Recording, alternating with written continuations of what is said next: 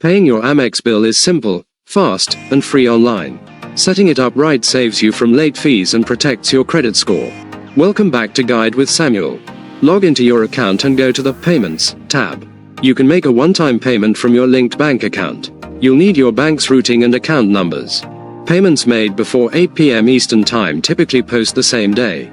You can also schedule a future payment for your due date. For ultimate ease, set up auto pay to pay the minimum, statement balance, or a fixed amount automatically each month. My crucial pro tip: pay a few days before the due date. Don't schedule it for the exact due date. Give it a 2 to 3 business day buffer. This accounts for any potential banking delays, like weekends or holidays, and ensures your payment is always on time in Amex's system.